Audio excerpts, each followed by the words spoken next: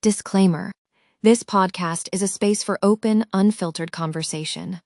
The views expressed are for entertainment and personal expression and should not be taken out of context or held against the hosts or guests by anyone in their personal lives. This is a judgment-free zone. Not everything said is meant to be taken seriously. Listener discretion is advised, and a sense of humor is encouraged.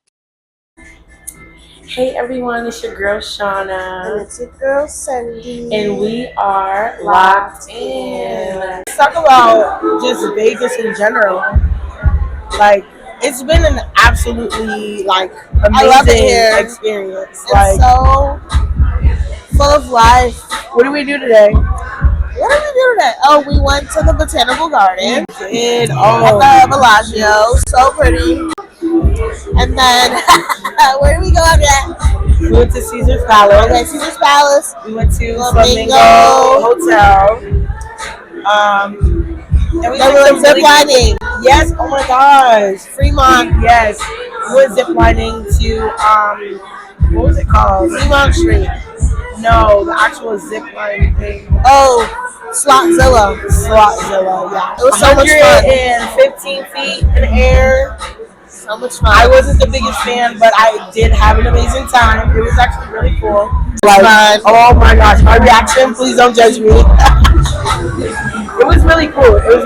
I actually, just thank you for trying random things, and everything we see today was a true beauty. I'm just glad you came, because I had mentioned this trip to so many people, and they were like, oh, Vegas, I don't know. And all I have to say is that Vegas has so much more to offer than just gambling. Absolutely. And I think that's the important thing to really talk about. Like, when you go to places, you don't really know what to expect. And you don't have to really think it's known for one thing. There's a million casinos. And there's a whole bunch of gambling. But the only thing we've gambled with is our life. No, but actually, because we are just trying absolutely new things. It really is about love. Mm-hmm. Love in all aspects. What is love? My love languages are physical touch. I actually kind of grew into that. When it comes to affection, I used to be kind of a little standoffish. But now I'm more into it. I feel more comfortable if I'm in a space where there's a lot of people. I slightly touch his leg or hold his hand just to feel comfortable. So I'm really leaning into that physical touch. I'm also really into the gift giving aspect of love languages. I love gift giving because I like to just go into a store or just walk around somewhere, and if something reminds me of you, I get it, My partner's love languages, he's very much into physical touch. I've grown to know if we're not touching for a long time, it's like, what's going on? You're okay? But I think his, not so much. His is quality time. So when we don't spend enough time together or we don't talk on the phone and things like that, it's very much like, do you still love me? Are we here? Are you sure? That's how it feels. It actually makes sense though. It actually makes sense because it's like we have to start making time for the people that we care about, right? So we started to do every Wednesday dates. That's something I actually really like. We go to all these different restaurants every Wednesday. He'll pay some, I'll pay some, really making sure not only one person is doing everything. If he picks, I'll pay, and if I pick, he pays. So we kind of both are into it, which I really like. Oh my goodness. So what is your love language?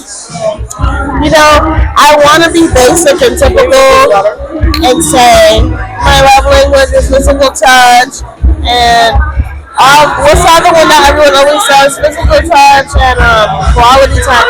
Yes, I love spending time with my person, but truthfully, now that I'm learning myself, I think words of affirmation mean a lot to me.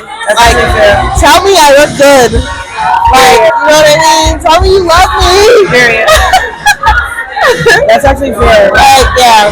A long time ago, God would be like, oh, whatever, I don't really care for it. But now I'm like, damn, you love me? And what does that do to you when someone is like communicating to you in your love language? Dude, I don't know.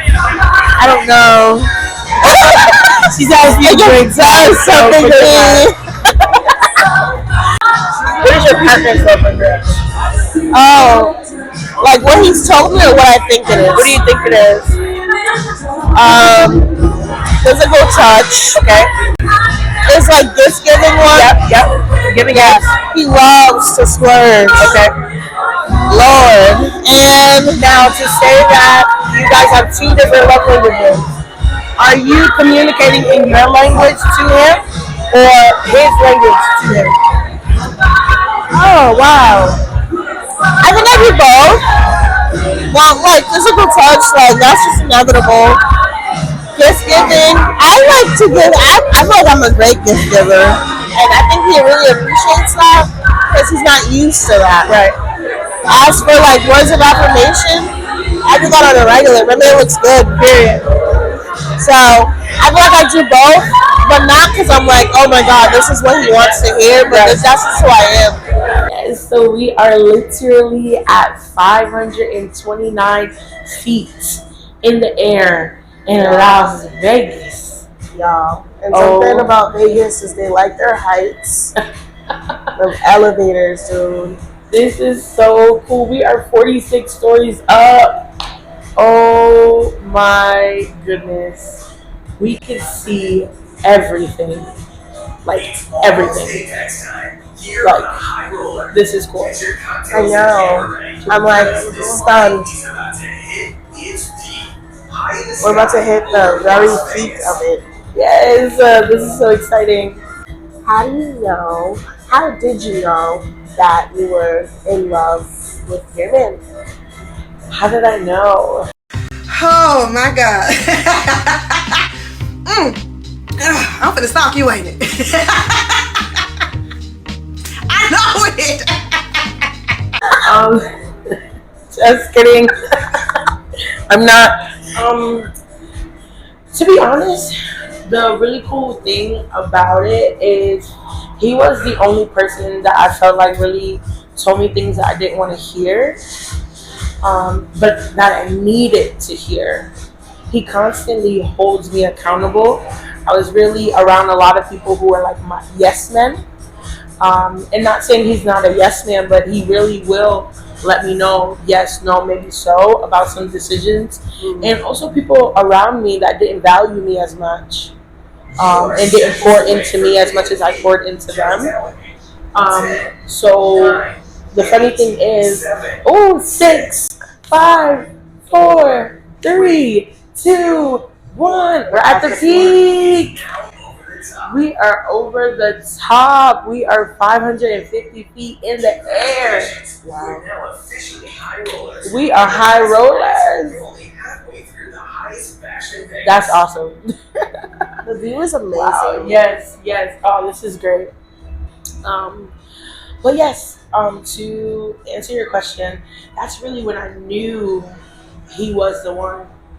When someone can really tell you when you're wrong and when you don't want to hear it, and also, respectfully, but really letting you know right then and there. Also, a person that can really comfort you in a time where you feel like you want to make other decisions, because there was some things going on in my life at the time, and I really needed someone to comfort me, and I really wanted someone to hear me out. And also just a person who can really be my peace. I can be a very busy person. I can do a lot of stuff, but it's really important to come home to a person that fully just wants to be invested in what you are invested in. Do you feel like love is like time-wise? Like, how some people are like, oh, it's only been 3 months. Yes. It's not like I love you.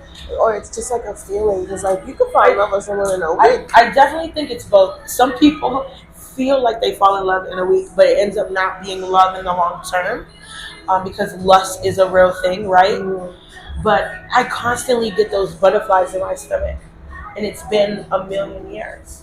And I always say we have forever in a day, you know, because there's more time. We're still learning each other. Every day is exciting. It's not boring. It's not boring. When you can laugh with your partner, when you can cuss each other out, when you can literally kind of crack on each other, that's the real beauty about love.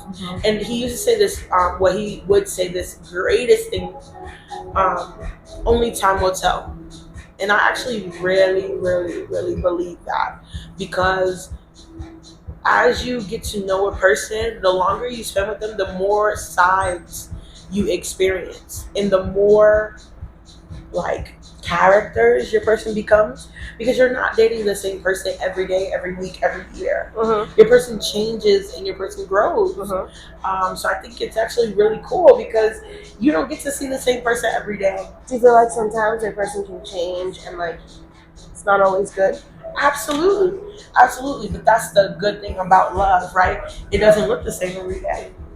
So today I may love you because you look one way, but I'm learning to love you because you look another way. But you have to always wake up and choose to love your person. You have to.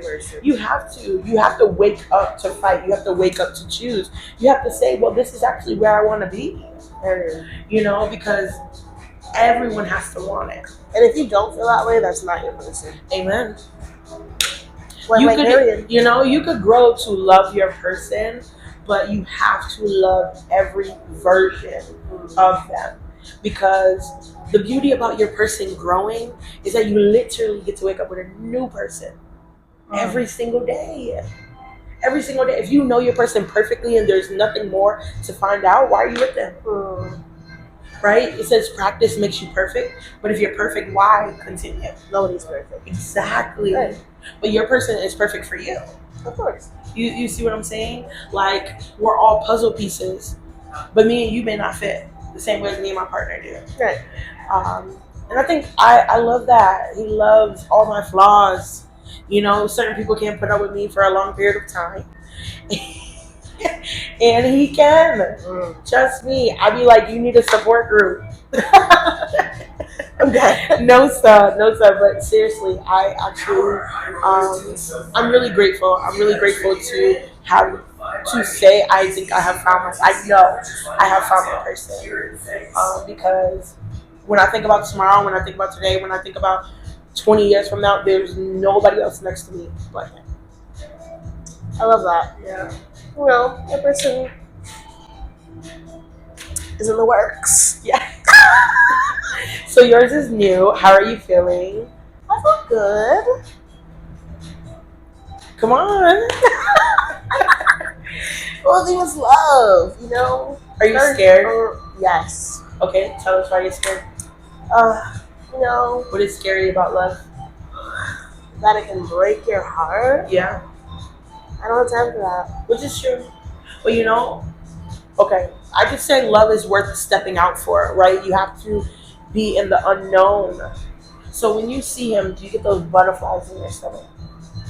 Even when you're going out, even when you're coming home for the first time, even when you're going to sleep, even when you're texting him, like every day. Exactly. And he's like, I love that you're crazy like me. Yes, bitch. Because the butterflies, I think the butterflies are really important to talk about, because no matter how long you've been with your partner, if you still feel those butterflies, it is a beautiful thing. If you don't feel them, there's a problem. Yeah. But also, I don't want to be cliche. Like, every day is not perfect. No. Right? And I think, again, that makes it even better. Because when you can argue, but you can get through it, it's like, wow, that's the best thing ever. People are easily fooled because they talk in their language to their partner. They don't talk in their partner's language. Why can't you do both? The thing is, you can do both, but think about this. What if you guys have the same love language? Of course, okay, that's fair. Then they would understand. It's the same as an actual native language. Okay. If I speak Spanish and you speak English, right? I have to learn English in order to communicate with you. Right. Because if I speak my native language, Spanish, you're not going to understand. Right. So if my love language is physical touch. And mine is quality time. And yours is quality time. When I do physical touch, you're going to like it. Maybe you might be uncomfortable. You don't know. Who knows, right? But if I never do quality time, you're going to think I don't love you. Right. You're going to be a little confused, even though I'm speaking in my language. You see what I'm saying? I feel like this is where some people have to always need that reassurance if their love language is not being met. Yes, because they're confused. People think you're supposed to speak your own language, and your partner is just supposed to get it. Show them that. Yeah, of course. The Bellagio waterworks. Y'all. Sick. Look at that. Look at that. Look at that. We might have been better off recording it. Oh, really? That's so dope. Look. That's the Flamingo Hotel. That is so amazing. Like, so amazing. Caesar's Palace. The Venetian. Yes. So yeah. And we're back. And sometimes it's hard to learn your love language if you've never really experienced like true love. Right. Because recognition, for instance, you don't know that you need someone to constantly tell you, I love you, I appreciate you, I want to be around you, good morning, you look good, until somebody says it and you're like, wow, that actually feels really good. Right. And you're like, I want more of that. I want more of that. Consistent reassurance is not a bad thing. There's some partners who feel like, oh, I don't want to tell you that all the time. I've talked to guys that say stuff like that. Like, but I've left women because I constantly have to reassure them. And the thing is that that's their language. He wasn't willing or she wasn't willing to learn that person's language. Therefore, they couldn't communicate. Therefore, they shouldn't be together. You know, and the woman or the man shouldn't have to be at fault or at a disadvantage because the other person doesn't want to do the work. You have to do the work. Love is a crazy word. Some people don't even like the word love. It's too strong. But you and your partner should create things alone.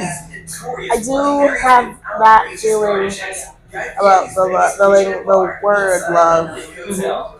Just because I feel like, I don't know, I don't like being thrown too loosely. Fair. But what made you feel like that? Well, I'm not comfortable. Well, I'm comfortable with it now to a certain extent, but it takes me a while to really be comfortable just saying I love you. Which is fair. Some people think of it just as a 4-letter word, you know.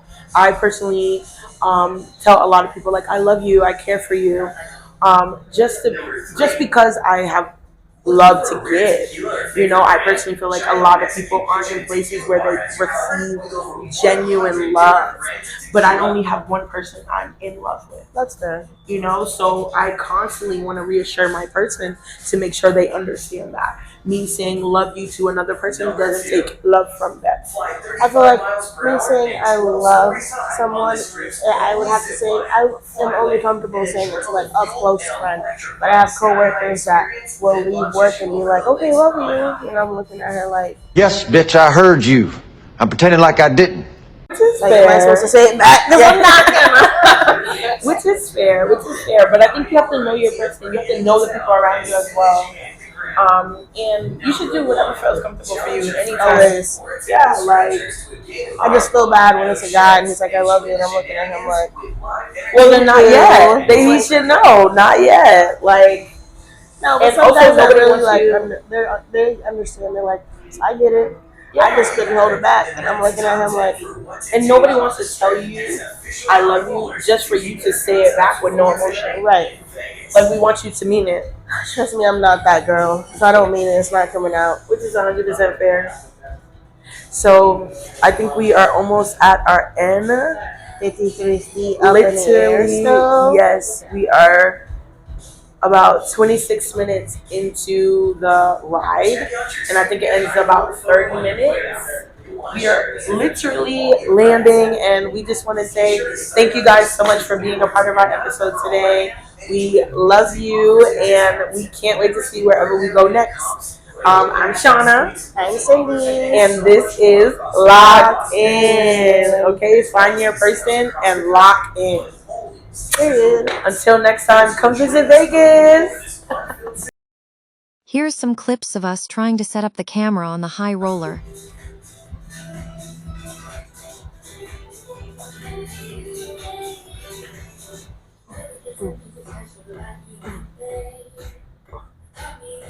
What are you, I'm not doing this with you. Can you stop? Where the glasses for? No, we should keep them on. Okay, period. Like what you think they are. Well, can you stop doing that? Well, you said to stay. I know, because of you. Okay. Ask me the question.